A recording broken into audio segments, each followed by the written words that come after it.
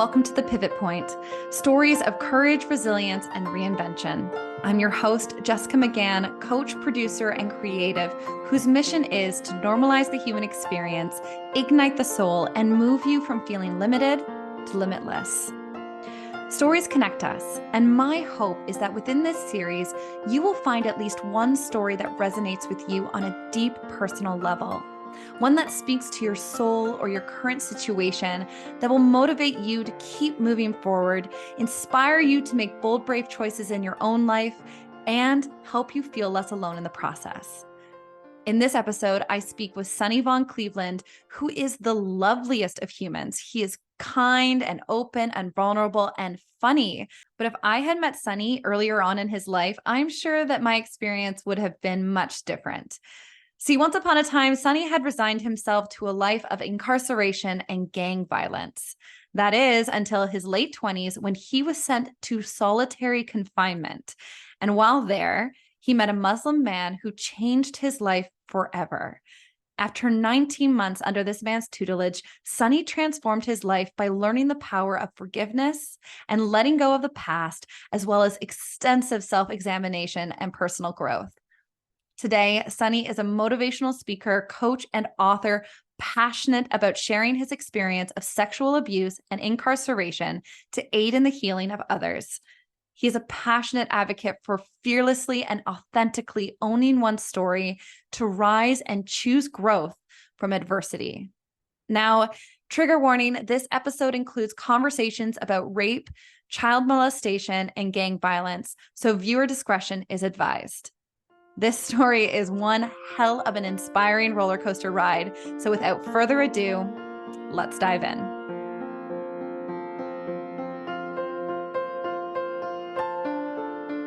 Sonny, I am so excited to dive into this conversation with you today. You have lived a truly extraordinary life.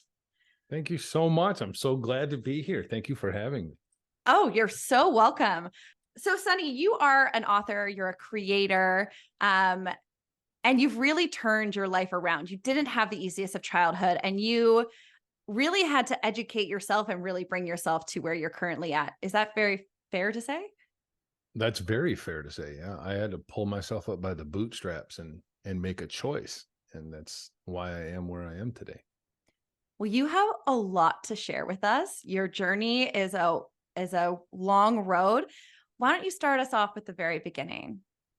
So I'm from a small town in Michigan. It's called Carson City. It's kind of two towns. So it's Carson City and Crystal. They're 7 miles apart. But it's Carson City, Crystal. So it's kind of the same thing.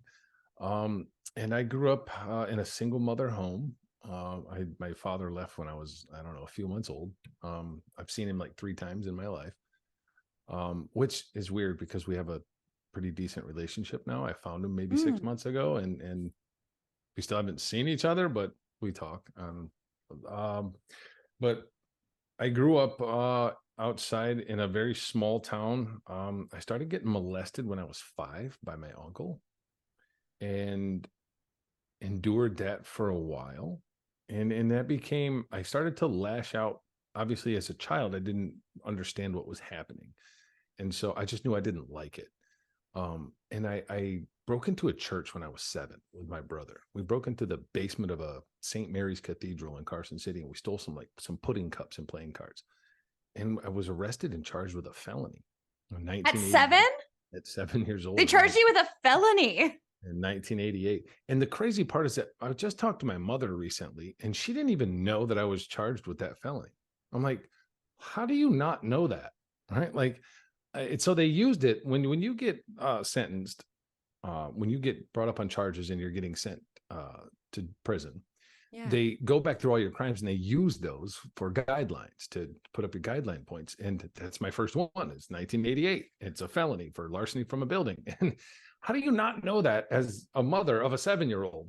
I don't understand that. But I'm assuming like they would have like dragged you. I'm picturing 2 kids being dragged to the front door of their parents' house by the scruff of their neck, being like, "Do you know where your kids were?"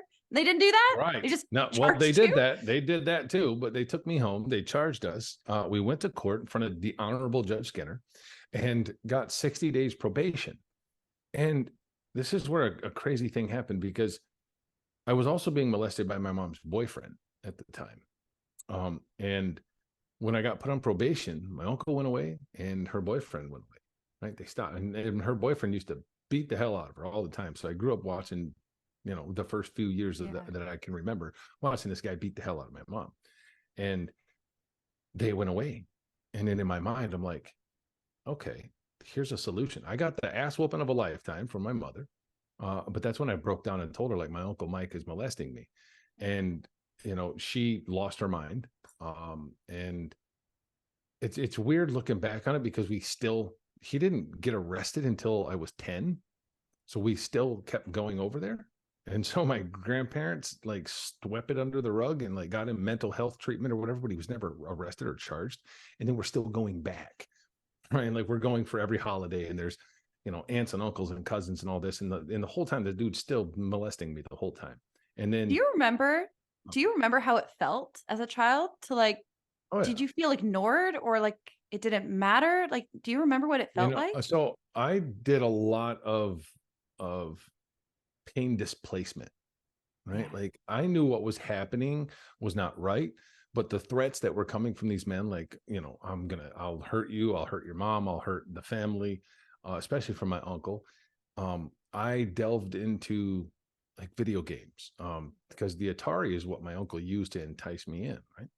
And so while I would play the Atari, he would be doing his thing. And then so I escaped into that, and then I escaped into music, right? When my mom's getting her ass whooped or whatever's going on, I would grab my mom's a tape box. She had this big eclectic collection of music, and everything from Harry Chapin to Jimmy Buffett to Garth Brooks and Whitesnake. And so I would dive in there and I would imagine myself being on the ocean with Jimmy Buffett and imagining what that was like. And so I was this really extroverted kid that became an introvert because I was being abused, and I found an escape in the police. I found an escape here. If I just get into a little bit of trouble, I get on probation, the men go away, my mom will whoop my ass, I'll get put on probation, but I'm safe, right? Like I'm not getting touched anymore.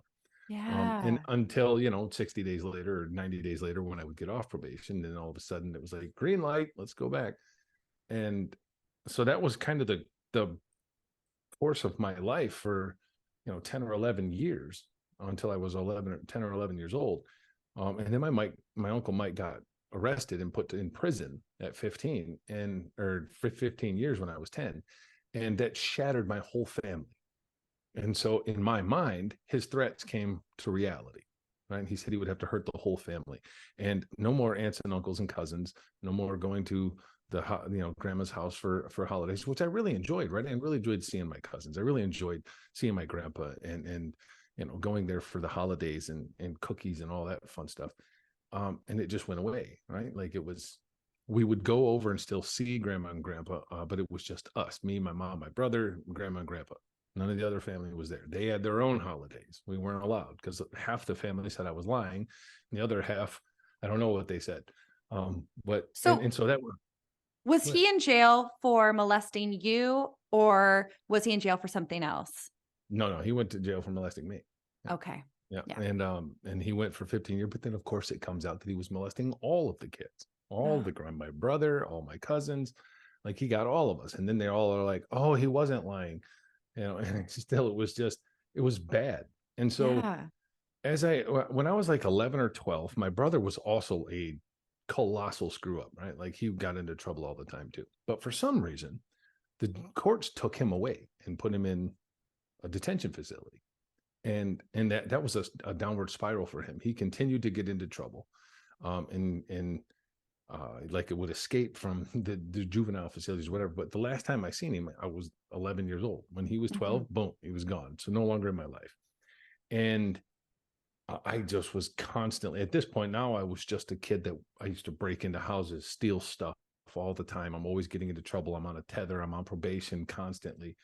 And when I was 15, I had got caught smoking weed at school and put into like a drug class. And so we used to have off-campus lunch at Greenville High School. And instead of being able to go off for lunch now, the principal was like, all right, so you, all the guys that I got busted with, you guys are all coming to my office during lunch and we're going to have a drug class. Awesome. So that went for a few days. And then one day I go in there and everybody else is late. I'm there and I'm in the office by myself and I notice the safe is open and I'm like, I reach inside, I look in and there's all these tubs of money. And I grab the white envelope that you don't know what's in it. And I grab it and I take off. Of course, there's like $2,000 in there.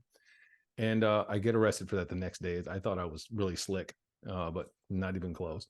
As soon as I came in, boom, you're done. Got arrested for that. And the judge said, you know what? I'm done with you. I've tried everything I could. You're just a lost cause and I'm binding you over to adult court. And so at 15, he binded me over to adult court. I went in and I saw the judge and he said, all right, well, here you go. I'm going to give you 6 months in the county jail. And this was my first time ever being locked up. So I'm like, oh, this is fun. So I go to the jail and then all of a sudden, here comes all these other charges. Right? Oh, well, you broke into this house. You broke into this house. We know you did it. You stole this. You stole this. You stole that. You did this. And I went back and saw the judge and he said, well, I'm just going to make an example of you and sent me to prison for 2 to 5 years. And wait, pause. Do yeah, you I'm like, remember what it felt like to hear that? For the judge to was, say you're going yeah. to jail for 2 to 5 years. So I didn't understand because they don't say that. They say, Oh. I'm committing you to the Michigan Department of Corrections for a term of 24 to 50 or 24 to 60 months. Oh, I remember you're like doing the math in your head. Like, you're like, how many years is that? I was like, well, what does that mean to my lawyer? And he's like, he just sent you to prison. It's like prison, like Shawshank Redemption prison. It's like, yeah, but I'm 16. And that started the trajectory of my life that went just so horribly wrong. I went in February of 1998 is when I went to quarantine. I went to quarantine in Ionia. And what does that mean? Sorry to interrupt you, but what does that mean in the sense of, I feel like a lot of us know quarantine from COVID, right? Of like, you're alone in your house. Right. So quarantine, it's a state of isolation. It's preparatory isolation. So they take you there, they run all the medical screens on you to, check all your medical needs, make sure you're in good health and assess whatever medical and mental health needs that you need. And then determine your programming that you have to take while you're in prison to help yourself get out. Check if you need a GED or what do you need? Oh, okay. So you go, it's an assessment period. And so, but it's a brutal place. Right. And so, I was raped the first week I was there by 2 guys. And so I detail that pretty heavily in the book. And something snapped in me. I mean, it was pretty violent the way that they did it. And I just snapped. I said, you know what? I've been a victim my whole fucking life and I'm not going to do this anymore. Right. Like if I'm going to get attacked and brutalized, I'm going to do the brutalizing. And so I grabbed a handful of pencils and when they opened the doors again, I ran across and I stabbed the guy in the face. And I mean, there wasn't nothing horrible because they're just little segregation pencils. So, I mean, you got like some pokes and but there was blood everywhere and it freaked everybody else out. And I ran back into my cell and then here come the police come running down and they take him down to medical. And then his little rapist buddy there was, oh, you got to take me too. He's going to get me next. And I'm like, oh man, I'm going to be in some serious trouble right now. And they cuffed that guy up, took him down the hall, and that was it. They were gone. They didn't come back.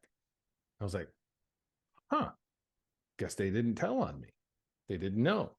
And what happened because of that, I felt like this, like I took my power back, right? Like for the first time in my life, I was like, I'm not a victim right now. Right? You stood up for yourself. Right. And the bad part was that here come the gangs. Right. The gangs came and they were like, dog, you're about your business, bro. Because they didn't know what happened. They didn't know that those guys had just raped me. They just saw this crazy white boy go over there and stab the crap out of somebody. And so and this is adults that you're surrounded by. Like you're 16. It was everybody under 20. So Riverside quarantine was for everybody that was under 20. 21 and over went to Jackson quarantine. And so but there were still level 4 inmates there, like adults. They were the ones that schooled us and took us into an orientation class and told us what to expect and what to protect and what not to do and what to do. And gave you kind of like a prison etiquette.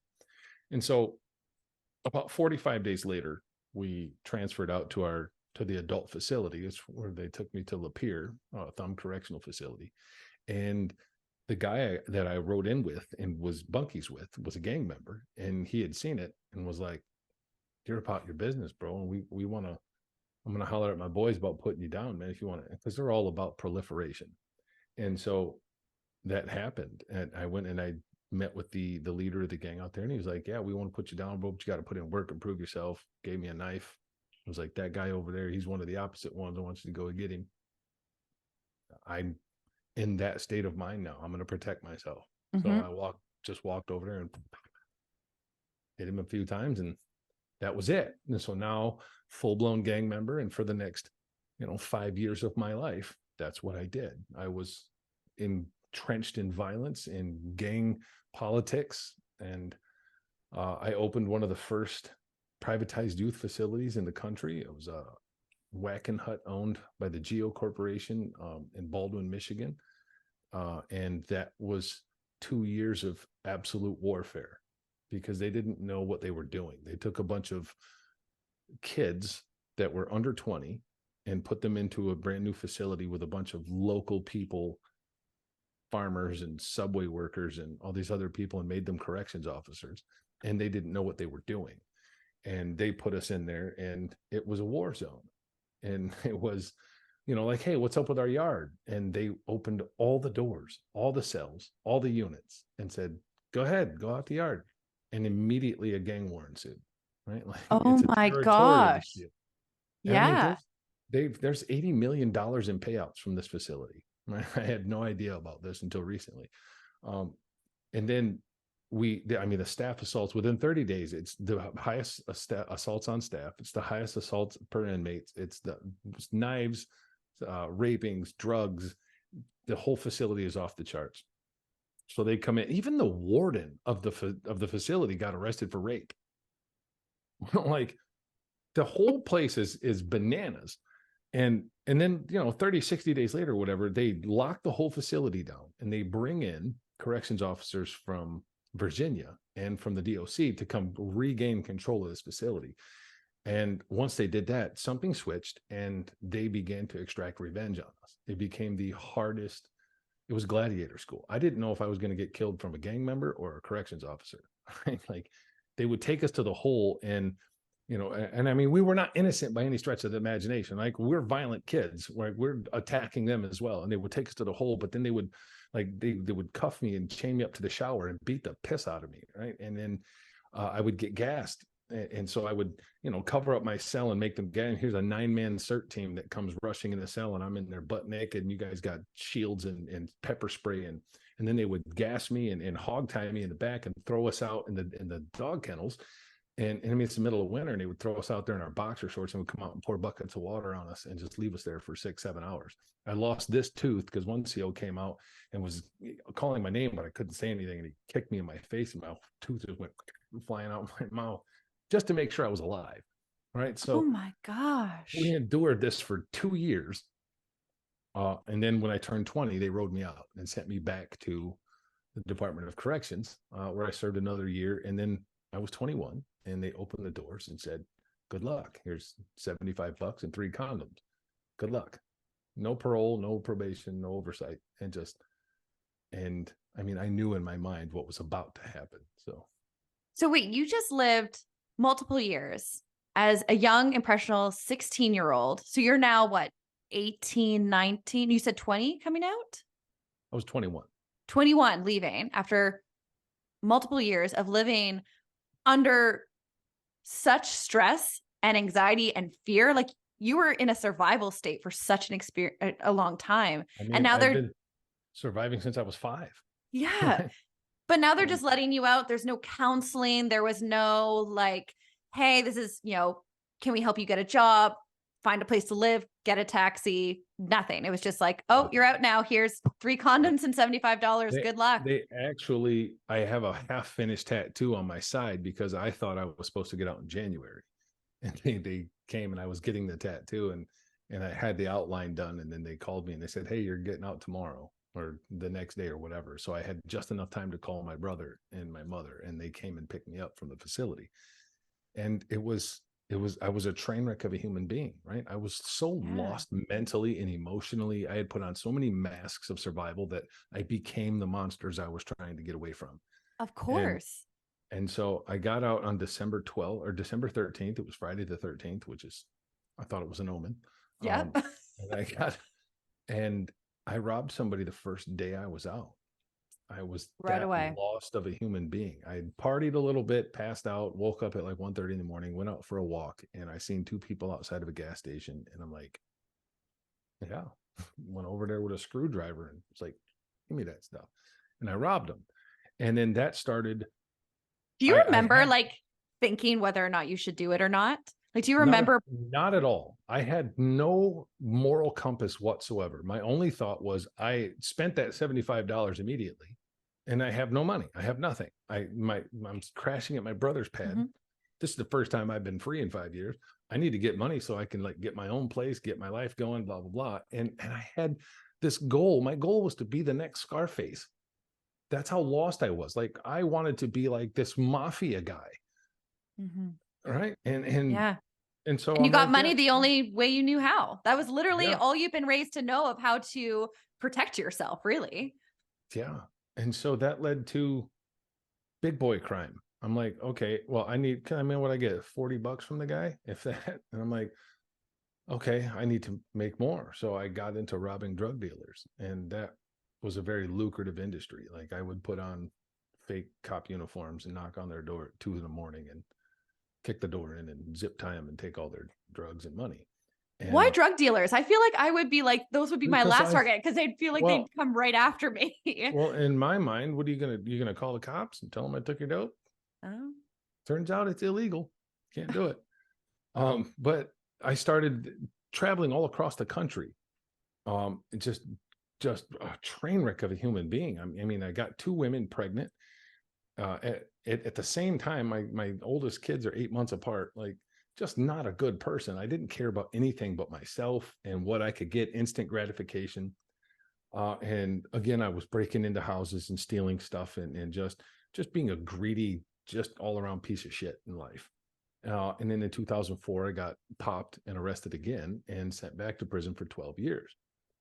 And it was much different this time. Like I thought, God, I got kids, like, what are you doing with your life? And I'm like, okay, we gotta be better. We gotta be a better gangster, right? Like, I don't want to, I'm still going to be a gangster because I'm committed to my life. I'm committed to this lifestyle, but I want to be a better gangster. And so I started reading the books that I thought would make me a better gangster, right? 48 Laws of Power and the Art of War by Sun Tzu and The Prince by Machiavelli. And these books are not designed to make you a better human being. They're designed to help you manipulate in a hostile environment. Mm-hmm. And so I was still a gangbanger, still in, I'm a veteran at this point. Even at 23 years old, I'm a veteran in the gang. And so I don't have to be on the front lines doing all the hard work, but I'm still doing horrible stuff. When you went back to prison, were you able to just rejoin that same gang Oh that yeah. you had been a part of? They were like, oh, Oh welcome yeah. back, Sonny. Oh yeah. Oh, they were loving it because I was the shooter for the gang. I was the guy that they sent out to stab people. Right. I was the guy that if I come up to talk to you and you're in an opposing gang, you already know what time it is, right? Like, this is Gotcha. about to happen. Mm. And so, yeah, in 2008, I had been back for a few years at this point. I had my oldest son's mother. I was with her. And she'd been bringing up my son and every week on the phone every day, seeing my son all the time, talking to him and developing a relationship. And then I didn't hear from her. Like, she just stopped calling. Or she stopped answering the phone. And I didn't hear from her for a couple months. And then boom, out of the blue, she answers the phone. Now you can imagine, like, I don't know what's going on. I didn't know if she was alive, dead, what happened. I don't know what happened. I know my brother had gotten out because I helped him to get out. I confessed to some crimes so that he didn't have to do any more time. And then he got out and he was staying with her. And so she answers the phone and says, I'm pregnant. I'm like, what? I mean, I get it. I'm in prison for 12 years. I don't expect you to just, be a nun. Well, it's your brother's kid. Like, really? Really? That must And have been so this, devastating to hear. my brother was the only person that I ever cared about in my life, right? Yeah. Like I protected this dude. I loved him to death. And I'm just like, and she was like, and so we're going to raise our son as his, and he doesn't think you should call anymore. And she hung up the phone. And I'm like, I lost my mind, right? I like, okay, there's no reason for me to be good anymore. There's no reason for me to be a nice guy. No, I'm just going to be as gangster as I possibly can. And then shortly thereafter, some young kid that had just came to prison decided he was going to try to make a name for himself by running into my cell and stealing all my stuff while I was at work. And it took all of 30 seconds for me when I got back to the unit to find out who it was. People were like, yo, whoop. Okay. And it was a very violent altercation, and I was taken to the hole. And as I get into the hole, I'm splashing water on my face and wiping off the blood and the pepper spray off my face. What do you And mean by the hole? Just for clarification, for solitary confinement. Yeah, okay. It's just a cell. It's 9 by 10 cell with nothing except a No toilet window. and a bunk. Well, it does have a window, but It does have a window. it's this big with a bar running down through it, so you can barely just see out of it, but you can't see much. Okay. And as I'm washing this blood and pepper spray off my face, I hear this dude, "Hey, white boy, come talk to me." And I snapped on this guy. I lost my mind, right? Like, who are you talking to, man? Don't you talk to me, bro. I'll kill you. You don't know who you're talking to, bro. And he's like, all right, but just come talk to me, you know? And every couple hours, "Hey, white boy, come on, man, come talk to me." And I'm like, "You, man, I'm not talking to you. Shut up. Leave me alone, bro. I'm not going to, we're not friends, bro. I don't want to talk to you, man, blah, blah, blah." Yeah. And he just wouldn't stop, right? And I mean, 3, 4, 5 days, he kept doing it. And then he finally shut up. And, probably a week later, they come in and they call me down to SEC to go get sentenced for, the assault. And they gave me 60 months in the hole, right? They're like, "This guy is in bad shape. And so you're going to be here for about 5 years." So 60 months, 5 years in solitary confinement, not in public jail where you could socialize with your gangs. You're alone now.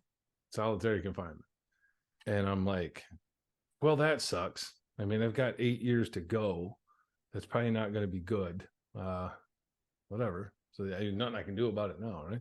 So they take me back to the cell, and here he is. "Hey, white boy, what happened? What happened? What they say? And finally, I'm like, now I'm lonely. I'm a little worried. I'm be here for 5 years. What, man? What do you want to talk about, dude? And I can see that he's a Muslim guy, right? He's black, and he's got this grayish beard, and he's got a do-rag on, and I could see the 7 seals of Islam in his window, and I know that he's a Muslim. And we don't particularly get along, right? And so, "What do you want to talk about?" He says, "Why are you so angry?" Well, what the kind of question is that, man? What are you, a psychologist? What is that, bro? I'm in Do you prison. see where we are right now? Like, right. I'm in prison. My life sucks. You won't shut up. There's a lot of reasons why I'm angry. He says, no, man. That's why you mad, white boy. Mad is on the surface. Anger is much deeper, and you're an angry young man. And I'm like, damn, that's deep. So I don't really have an answer. I'm like, shut up, man. And I go back to walking and working out and pushing in. I just keep thinking, there's a difference between mad and angry. Angry. Why am I so angry? And then I'm sitting there doing push-ups till I can't move, and I'm sweating, and I'm like, I'm angry because I've been a victim my whole life. That's why I'm so angry. And so I went and I poured it out and talked to him and told him, like, that's why I'm so angry. You wanted to know, that's why. And he, over the next 19 months, changed my life. It's like, you don't have to be. You realize you don't have to be angry, right? You don't have to be anymore. And he started talking to me, and he said, "I want to send you something to read." And he sent me over Man's Search for Meaning by Viktor Frankl. And I still get emotional thinking about it, right? Suffering ceases to be suffering the moment it has a purpose, at the moment it has a meaning. And it kind of all brought it together for me, right? Sorry, I get emotional. You do never, ever, ever have to apologize for being emotional. this is clearly a pivotal moment in your life. Like you went from so much pain and so much suffering and so much anger, and this man and this moment saved you. Yeah. And it's funny, you know, I look back and a lot of people are like, why do you smile when you talk about this? And I'm like, if you endured a tenth of the shit that I've gone through in my life and lived the life I have now, you'd smile about it too, right? Because I'm not suffering anymore. Oh, It's not suffering, you know, I'm defining my legacy, right? Suffering ceases to be suffering the moment it has a meaning. And I endured what I did. I've been raped, I've been molested, I've been betrayed, I've been abused, and all of that, so that I could teach somebody who doesn't know how to get over it, how to get past it, how to still have a happy life, how to not be a victim of your demons, and how to not stay stuck in victimhood, how to not let it just dominate your life, how you can go through these circumstances and still smile and still feel emotion and heal and still love and laugh and enjoy the beautiful life that we all get one chance to enjoy, right? No matter what you've been through, you still get to do that. And it's a choice. It's a fucking choice. You get to choose, because you control this. Nobody else controls this. And Viktor Frankl, this is a man who worked his life and worked his hands to the bones to make a successful business, had a beautiful family, and Nazis kicked his door in and took him to Auschwitz, and he watched his family get exterminated and watched his friends get experimented on. And the whole time he's smiling and inspiring people around him. When we can't control our environment, we have to control our thoughts. We have to control our attitude. And I'm looking at that like, I am a world-class piece of shit, right? Like, I haven't endured half the stuff this guy's endured. And yet I used what I went through as an excuse to be a freaking victimizer to innocent people, right? Like, I have stolen things from people that might never be replaced. I have, you know, I've caused a lot of pain. For what? Right? And I didn't have to. It was a choice. And so I look back at it now and it's, and sorry, I still, it's rough, right? It gets deep because the shame was so goddamn deep for me, right? Like, I felt it so hard. And this is how we process. This is how we get over it. We stop yes. thinking that being vulnerable is something shameful. We stop feeling like forgiveness is a weakness, right? We start realizing that we're human beings and that purging emotion is the body's way of exterminating toxicity. It's the body's way of getting it out of your system. And this little thing we have called a voice is the one thing that separates us from the rest of the world. And the more you talk about your trauma and the more you talk about what's happened to you, the easier it gets to talk about. And that's called healing, right? And the voice is what helps us to heal. This is our healing mechanism. And the best part about that is the more we use it, the more people hear it. And the more people that say, that happened to me too. And I can get over it too by using my voice. And then we inspire a generation of people or the entire world or even one person, because every single life is worth saving. And so if we can inspire one person, it's all worth it, right? That suffering now has a meaning and I'm not suffering anymore, right? I'm so happy you're not suffering anymore. And your passion, I feel deeply impacted by your passion right now. I'm hoping that the listeners are feeling the vibrations that you are sending out, because your passion to help others heal from your experience of deep, deep suffering and transformation is so palpable. And your tears are not a sign of weakness. They are a Not at all. reflection of your passion and Fact. your desire to help. And you're like, it's bleeding out of your eyes. That's how I feel sometimes. Like when I get so Yeah. passionate, it turns into tears because it just means so much.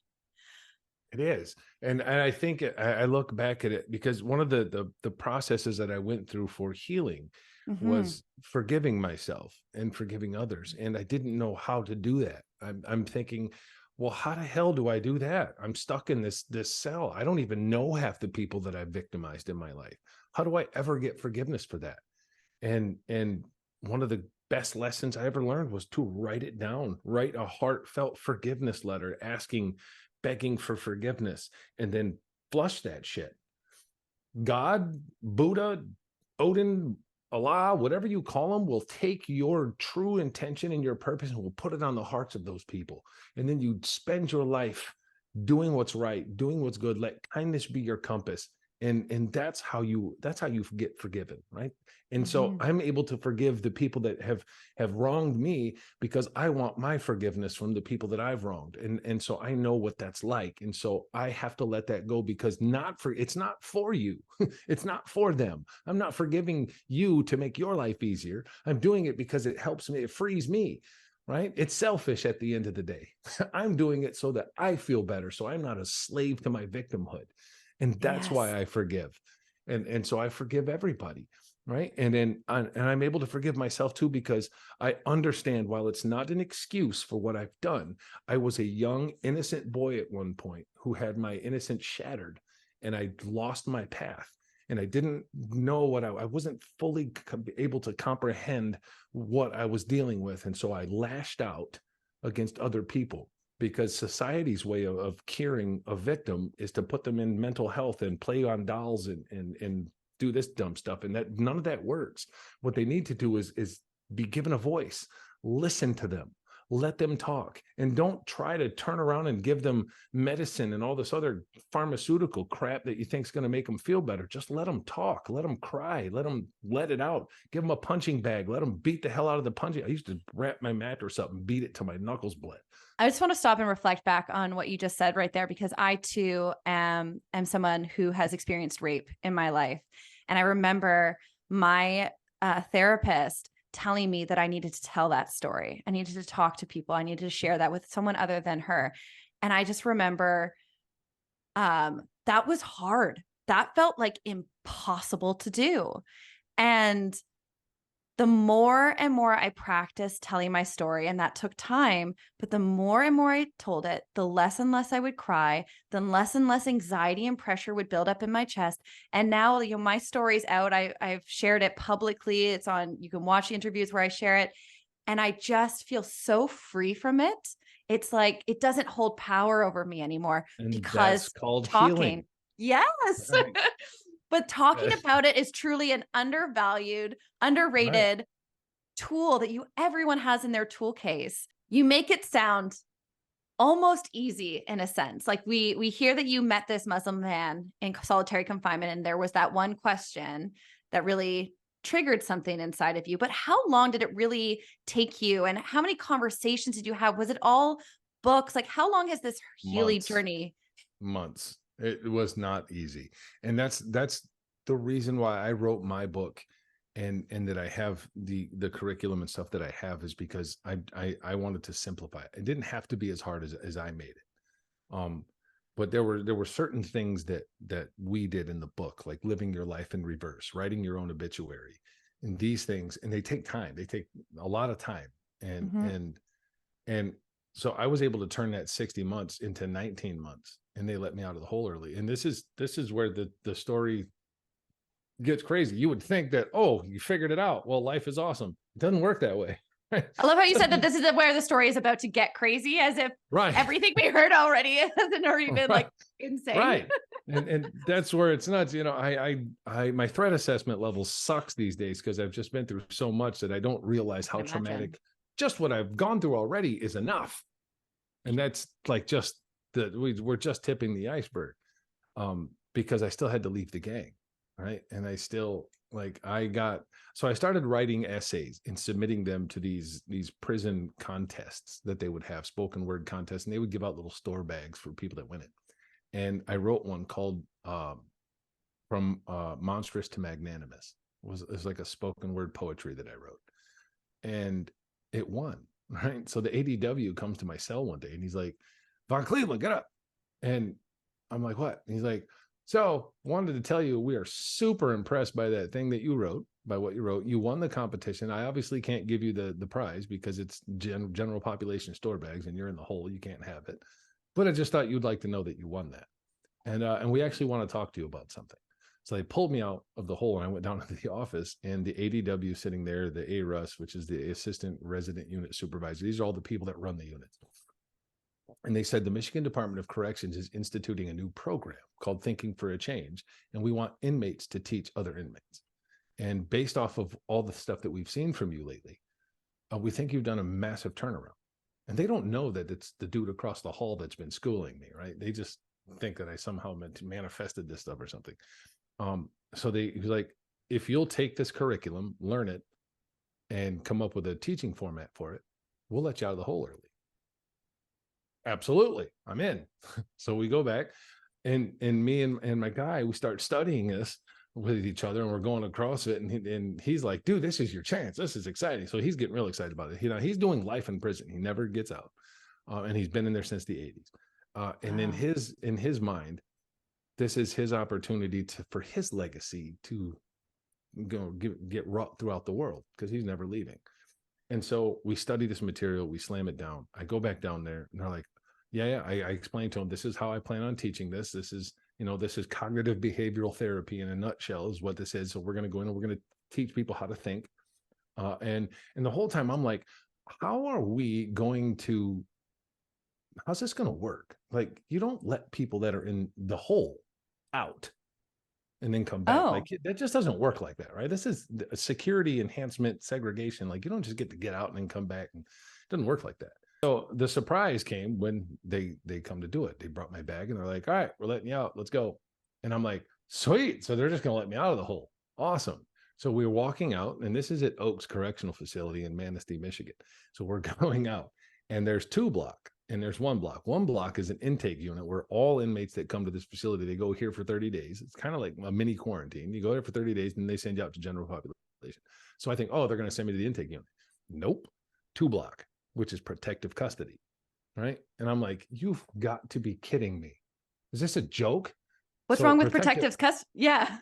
Protective custody is where all the rats, there's cops, pedophiles, the worst of the worst that can't be in general population are here. Oh. And it's a big no-no, right? Like, you just don't go to protective custody. You're seen as a coward. You're seen as weak. You just don't go. And especially if you're a gangbanger. And I'm like, you gotta be kidding me, man. I'm like, all right. This is my chance though. Like, I'm going to go in here. I'm going to teach this class because I'm a changed person. I feel like, okay, this is my test. Like, the universe is giving me a test. Have you really changed? And I have. Like, I know that internally I got this. So we go in there, and I'm in there for maybe a week. And then they bring me down with the students that are going to be in this class. There's 20 of them. There's 20 people. 17 of them are pedophiles. As a survivor of sexual assault as a child, you are now standing in front of a group of pedophiles, convicted. There's 20 of them. The other 3, so there's 20 men, 17 are pedophiles. The other 3 got up and left. They're like, I'm not going to sit in here and listen to these pieces of shit talk about what they did. All 3 of them left. And I'm thinking to myself, it's the test, right? It's the universe testing me. I'm not going to fail this test.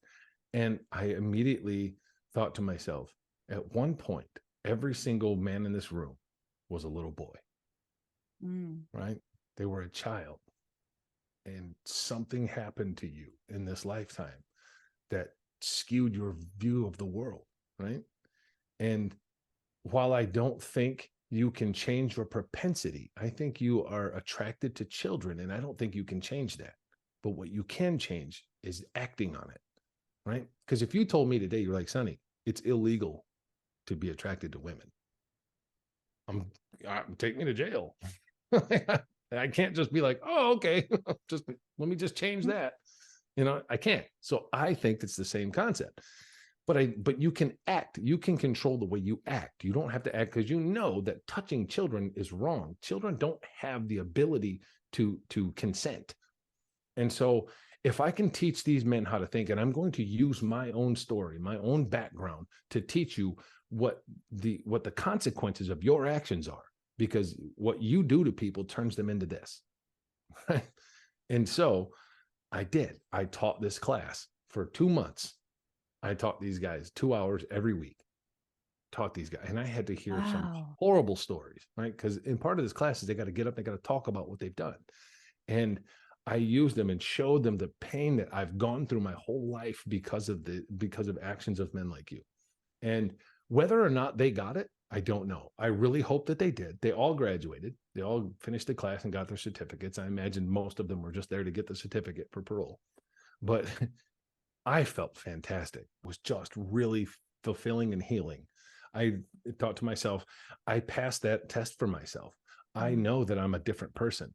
I'm able to look past anything for anybody that they've done and seek redemption. That redemption is possible for anybody if they want it. And so I committed my life to doing this. I knew that I have the ability to go out and use what's happened to me and the tools that I have to help change people and show people how to, victimizers to think differently and stop victimizing, and victims how to stop being a victim, how to get up and heal yourself.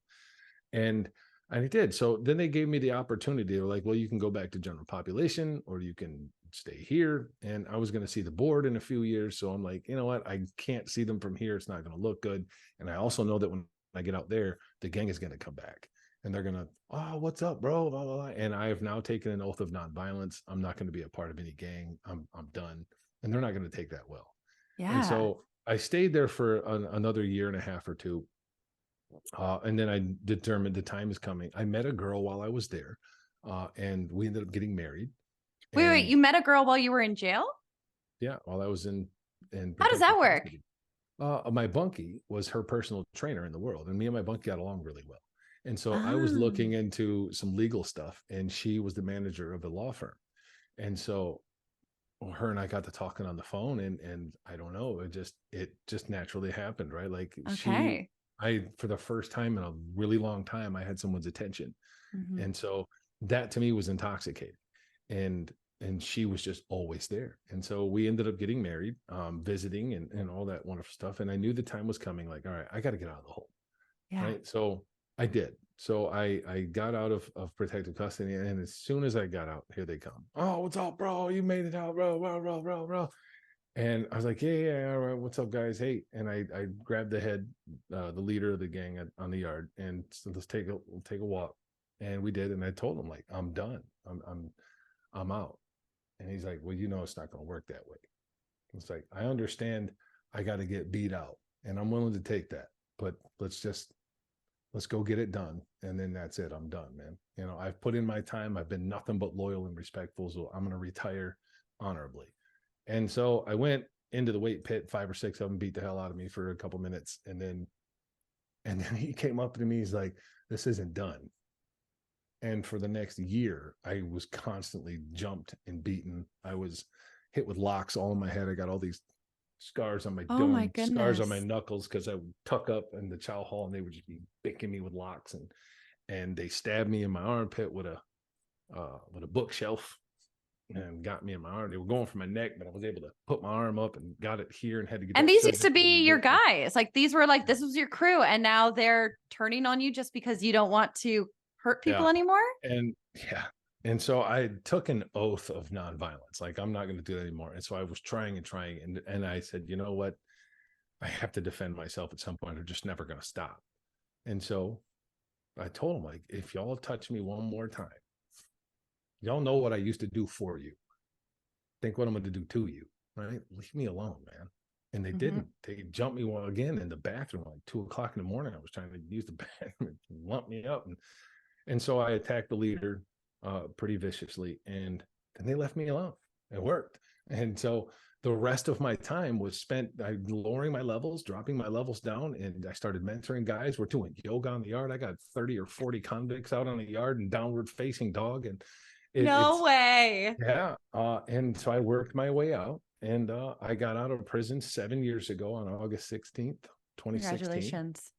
And it's one of the most profound pictures I have. My wife actually took a picture when I collapsed. I couldn't stand up. Like, it hit me so hard that I finally actually walked out. Like, I couldn't stand up anymore. And I fell down on my knees and I started kissing the pavement. And that's when real life started to hit me, right? Like, her and I were only together for 6 months when I immediately started to realize like she wants to go to work, come home 5 o'clock, cook dinner, sit down, watch TV, go to bed, rinse and repeat. And I'm like, listen, I have a lot to accomplish in life. I've been sitting in a can my whole life. I don't want to do that.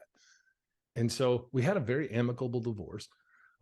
She was pretty upset about it at first, and then I'm so cognizant that you're going to think that I used you and all this other stuff. So I'm constantly there to try to support her as well and be her friend. At the same time, I'm trying to navigate how the hell you use a chip on a debit card. I don't know what that is. How these incredible little boxes work when there's apps and all this other crap. And I'm trying to figure it out. And I started to pursue music at the same time.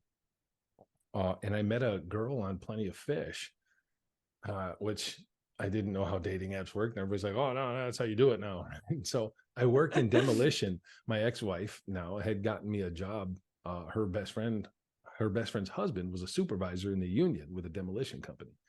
So I came out, got a union job, and I worked my ass off to be in this company. And so I was making great money. I met this girl, and she love bombed the crap out of me. Like she was in a halfway house, and I thought that, okay, trauma bonding here. We're gonna, we got a place to connect from.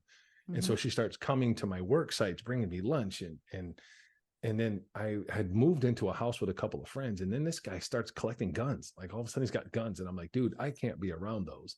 That's an automatic 60 months back in prison for me. I can't. I got to go. Yeah. And she comes up and says, well, you can just move in with me. I'm getting out next week and out of the halfway house, and you can just move into my house with my parents. And I'm like, really? Like I've known you for like a month. Oh, wow.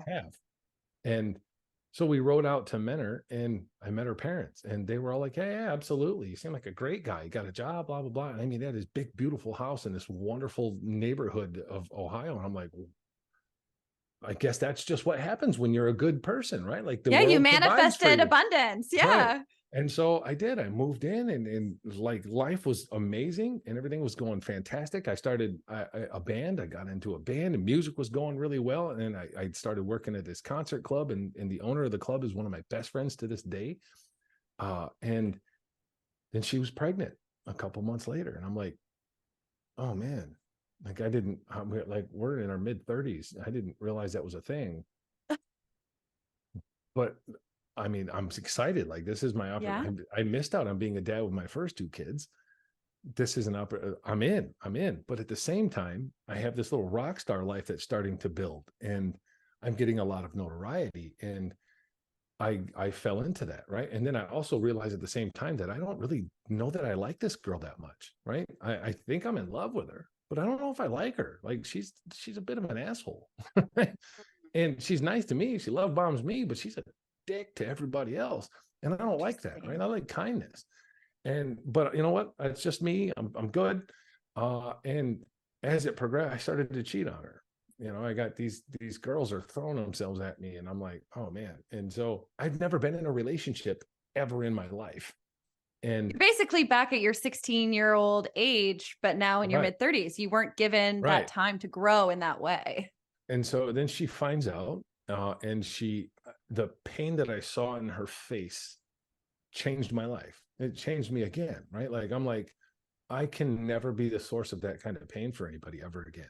Mm-hmm. And that's what most people learn when they're 14, 15, 16, when you cheat on your first girlfriend or you cheat on your first boyfriend, right? Mm-hmm. You learn that. And I never learned that lesson. But now I just learned it in the worst way. Because we have a kid, right? At this point, we have a new infant, a newborn. And at the same time, my band is skyrocketing, right? Like we've been together for not even 90 days, and we're now being approached by Ferocious Records to sign us to this label and start touring. And I'm like, oh, there's just so many things coming at me. And I start forgetting about all the things the stuff that I had put together in prison. Like I tried to push prison out so hard that I also forgot all the goals and things that I had wanted to do there. Now I'm focused on being a dad and being a rock star. That's my life. And so, and here we go. And I've lived that life. We broke up. We were apart for a few months, and then we got back together, which still blows my mind, but she wanted to get back together. So we got back together, and I'd learned my lesson. Like, you don't ever have to worry about that again, for the record. Like, I get it. I will never cause that kind of pain to anybody ever again. And so we were back together for a couple of years, and I was always good to her after that. But then COVID hit, right? And so here comes COVID, and I'm like, crap. Now what do I do?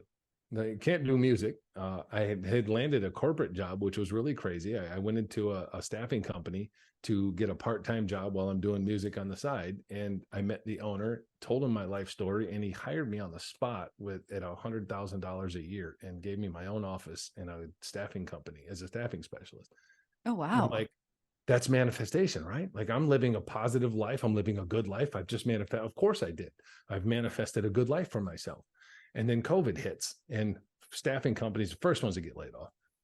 And so I'm sitting in the house, and I'm like, well, what do we do now? I know there are government checks coming and all that, but I'm not one to just live off the government. And I'm watching YouTube, and I see the reaction come up, and it's No Life Shack. And I'm like, well, if that guy can do that, I can do that. I love music. I can critique music. Boom, jumped on and started a YouTube channel and blew up like crazy. And I mean, I have a global fan base within 30 days. Right? I got people, and still have these people in my life. That's Finland, insane. Netherlands, like, they're going to see this podcast as well, and they'll be like, oh, Netherlands right here. They're going to pop in. You'll see some of the names. Right? And so that did really well. And then, of course, you fast forward a year or so, and I was doing a morning podcast show called The Morning Brew. And one of my co-hosts said, let's go have a Reiki session. Because I just don't buy into the whole spiritual Reiki stuff. And so I went and had a Reiki session, and it brought to the surface that I'm suppressing my happiness because I'm worried about losing my son. I don't want to be with this girl anymore, but I feel so guilty that I cheated on her before, that I'm enduring my unhappiness because I feel like I have to make penance, or I have to endure this suffering because of this. And so I'm so now lost in a spiral of my own making. And I realized, like, I got to change this. I have to take my life. And I start remembering some of the things that I've learned. Like, dude, life is a choice, right? Take life into your own hands. And so I did. I went home and I left her, and she went nuclear. And I lost everything. Like, I lost my car, I lost my house, I lost my studios. They hacked into my YouTube channel and got it deleted. And so here I am, wow. standing in the middle of winter with nothing. Like, well, okay. So here's a pivotal moment, right? Like, I can either lay down, complain about everything that's happened, or I can show everybody how you stand up and get up, right? Like, we don't quit. The only way you lose is if you quit. So I started rebuilding. Let's go. Boom, get a new computer, start a new channel, start a new thing. Let's go. And then my booking agent at the time, who booked me on podcast because I started to tell my story, and I would go on and do podcasting interviews. And he says, I found a podcast in England called Boot Camp for the Mind and Soul. And I think you'd be a perfect fit on it. And so, all right, line up the pre-screen. This lady does pre-screens. All right, cool. We're going to do a pre-screen. So I jump on for this pre-screen, and my life is chaos in this moment, right? I've got lights and cameras and everything set up in my office, and I got my son running around, cats going freaking bananas. I got a buddy over here who won't shut up. Like, dude, phone's ringing, ding, ding, ding, ding. Everything is going crazy. Oh I'm like, my gosh. And she's like, here comes this petite little blonde professional.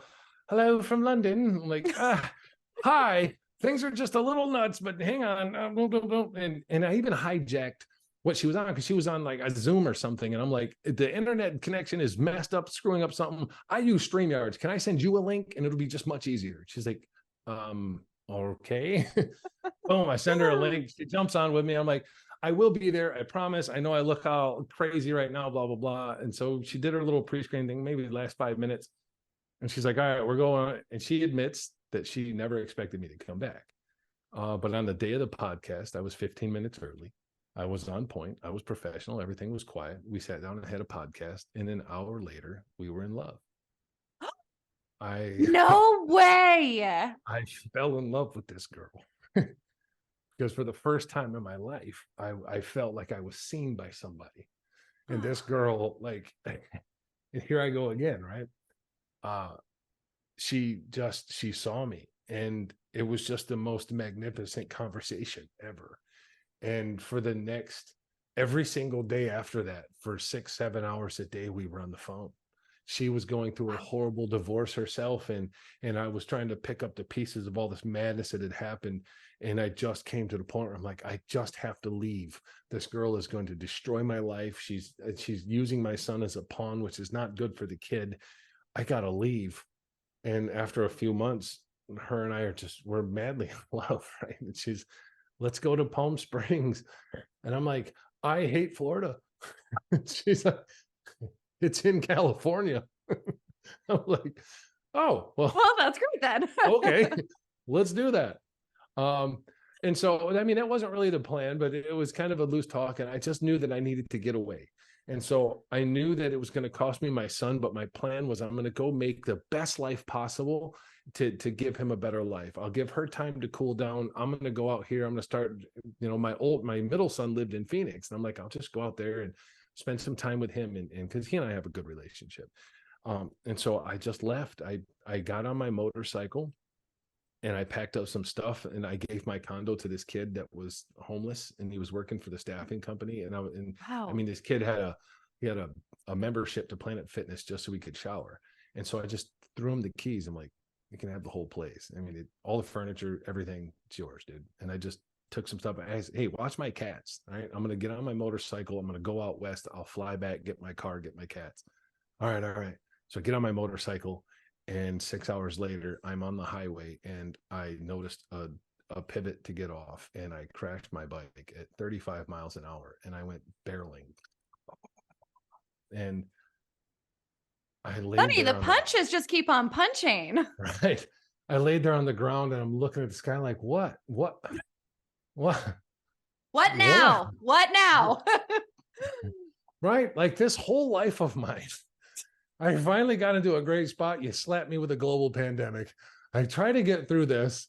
And now you take my motorcycle and am I dead? Am I actually dead right now? Is this like the moment when you die and you realize, and I'm like, all right, no, okay, I'm alive. Damn it. I get up. And I sent she's my wife now, by the way. Oh I sent her a message. I crashed my motorcycle. And I don't say anything else. And to this day, I'm not allowed to have a motorcycle because of that text. She's like, you didn't give me no context. I was worried. I didn't know anything. Yeah, come on. I crashed my motorcycle, but I'm okay. Was too hard to write. Right. I take that as a sign from the universe to commit. I wasn't committed to leaving. I left stuff. That means I have an excuse to come back. Commit.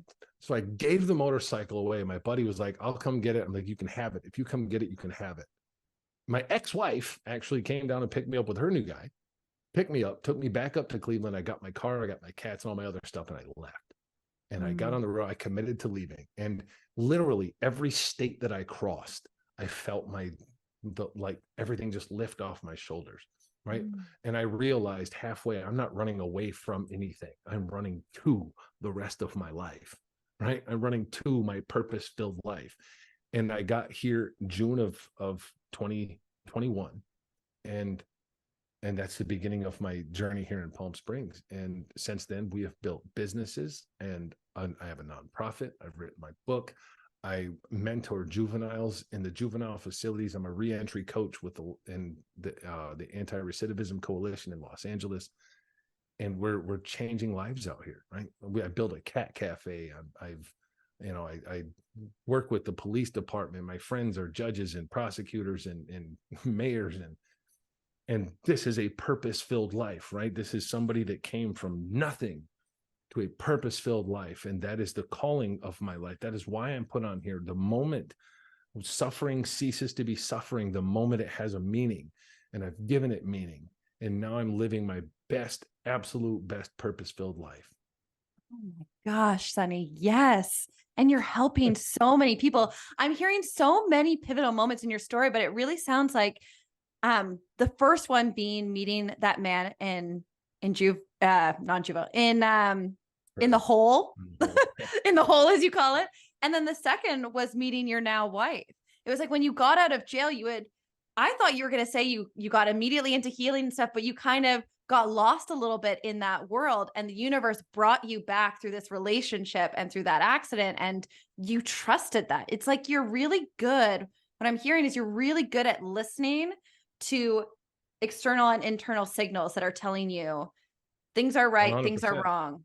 Sure. And you I can't teach something that I haven't experienced, right? Like mhm, it's one of the things that I learned from a lot of classes in prison before I made a metamorphosis in my life was you would have, these people in suits and ties come in that are trying to talk to and educate killers who grew up in the streets, and you come from a silver spoon suburban house and you got your education in an Ivy League college. You don't know the first thing about what we've been through. How are you going to try to teach me mhm, anything? Right. yeah, And I've come to notice that in my own mentorships that, I go in there with some really good guys. I mean, I have ex-military, ex parole officers, corrections officers, police officers. We all go in there and mentor these juveniles. And I noticed that they don't really connect with those guys. They listen to them and they find a little bit of inspiration. But when I get up, I've got their attention. They focus because I was where you are. When yeah, I was your age, I was in prison longer than all of you have been alive. Right? I've been there, and they listen to me. Right. mhm, And so I when I look back at all the stuff that I've been through, I understand that I have to experience that so I can teach from it. You can't serve mhm, from an empty cup. Right. And so I've had to endure that. My suffering has a meaning. Right. I had to experience that so I can teach it to other people. And just when you think you've been through it all, hi, Hurricane Hillary. yeah. Life, unfortunately, it is. It's always going to be throwing you curveballs, and It is. the more curveballs you get, the higher level of growth you get to achieve. Each challenge brings us more lessons and more opportunities for growth. Do you find you're able to navigate challenges more easily now that you know some of these tools that work for you, some mental health hacks? Your mindset is stronger. When shit goes wrong, are you able to just stay a little bit more grounded and focused and connected? 100%. My wife calls me the accidental Buddhist. Right. Go on. Because I don't get over anything. I don't get over excited. I don't get over angry. I don't get Mm, over happy. I don't get over sad. When really, really good things happen for us, I'm like, well, of course it did. Like we manifested that, right? Like, I can't get overly excited about something I expected to happen. Right? mhm, And then when something bad happens, there's a lesson, right? There's something to learn. There's an opportunity somewhere in this obstacle. Here comes a hurricane. That's an awesome opportunity to help everybody you possibly can, right? There's going to be a lot of people that don't know what to do. Let's go help them. And mm, so, work my hands to the bone, filling sandbags for people and delivering them and helping people. Like, it's okay. It's going to be okay. Like, give people a voice of reason because chaos and fear are really, really, catchy, and that's where you get this group mentality that people start panicking and freaking out.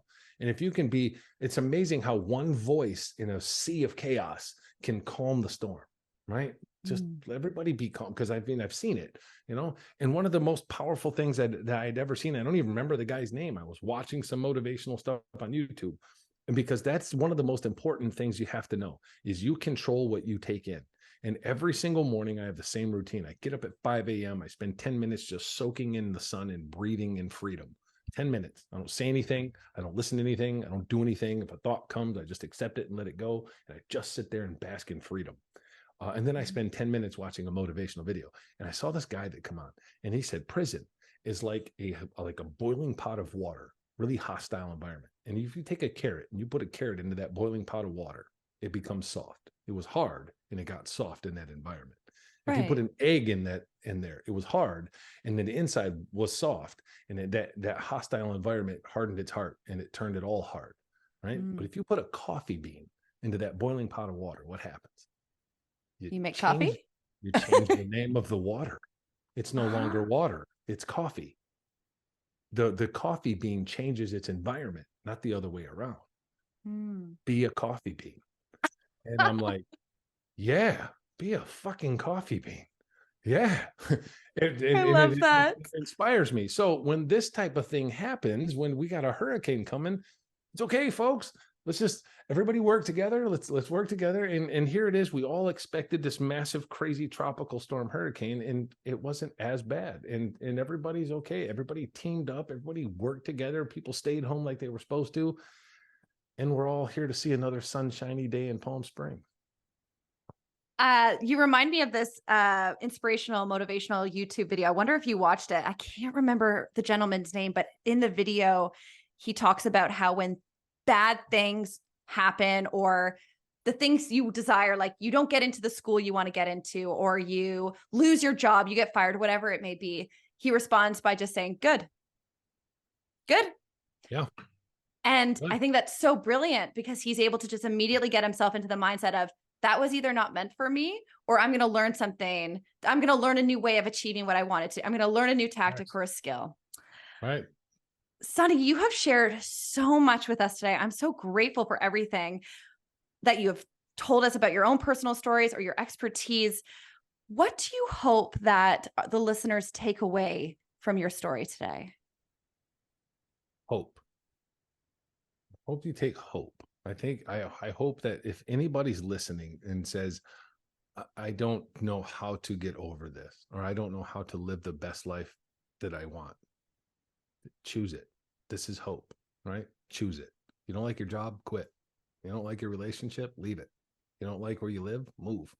It's a choice. Let the consequences happen, whatever happens. And don't, if somebody doesn't like it, that's their problem, not yours. Live your best life. It's a choice. Let the consequences happen. If anyone listening today wants to learn more from you or get in touch with you, you offer coaching, you have a book. How can people learn more about you or work with you? Google is your best option. I've come to learn. Sonny Von Cleveland on Google. You can just Google it. Sonny Von Cleveland on any platform. Or itopiacoaching.com or heywhiteboy.com. All of those things will lead you to Sonny. I like heywhiteboy.com. Oh, and before I go, are you still in touch with that gentleman from solitary confinement by chance? No, their prison politics dictated that relationship, and he made it abundantly clear we are not friends, right? Oh.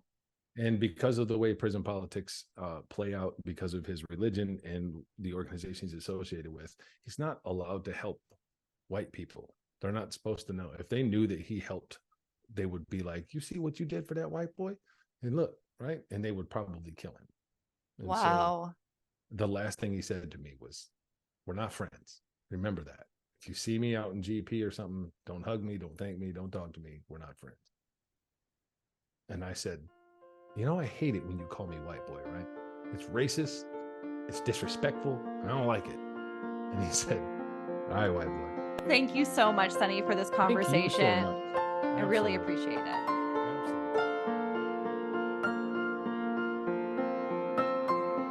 If you enjoyed today's episode, please consider liking, subscribing, and letting us know your thoughts in the comments below. It truly means the world to me to hear from you. New episodes will be available every Saturday, both on YouTube and wherever you get your podcasts. And if you would like to learn more about my work as a coach, today's guest, or have a story that you would like to share on the Pivot Point, check out the episode description for more information.